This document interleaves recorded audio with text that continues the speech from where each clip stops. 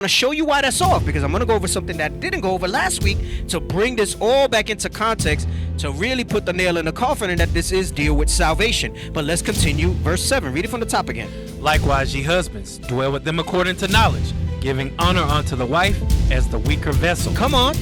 And as being heirs together of the grace of life, that your prayers be not hindered. Right. So now they read this and they think, you see, because here's what I'm going to do so you can get the sense on this. Because I think the likewise ye husbands throws them off. I want us to read 5. I want us to read 5 and 6 again. And then when you read verse 7, I want you to put "and as being heirs." Got it. All right? And don't be dumb. And whoever hears this and sees us talking about that, I'm twisting scripture. I'm trying to take out the part that's confusing people like Daughter of Zion. Okay? And to show you that this is biblical. Now, go back. 1 Peter 3. Verse 5. Verse 5. For after this manner, in the old time, the holy women the topic also... is the women. I'm going to eliminate the part. We're not going to read it. I'm not going to eliminate it. Someone's going to say you're going to eliminate this stuff. I'm going to not read the part where it says husbands, because this is where you're getting confused. This topic is the women. Okay? Go ahead.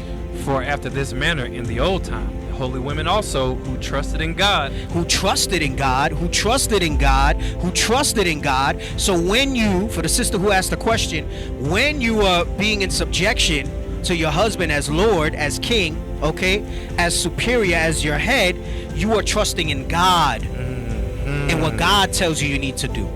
Because these words that are written unto us in the New Testament are the commandments of God. That's right. All right? Go ahead, come on. Adorn themselves, being in subjection unto their own husbands. Being in subjection unto their own husbands. Go ahead, come on. Even as Sarah obeyed Abraham. And then he uses Sarah as the example, the same way Sarah obeyed him. Come on. Calling him Lord. Because this is the mentality you must have. Go ahead. Whose daughters ye are, as long as ye do well, and are not afraid with any amazement. You're not afraid of that submission to your husband and that divine order that God has put forth. Now, the part that I want in verse 7, read. And as being heirs together of the grace of heirs life. Heirs of what? Of the kingdom of heaven. Right? Of the kingdom of heaven.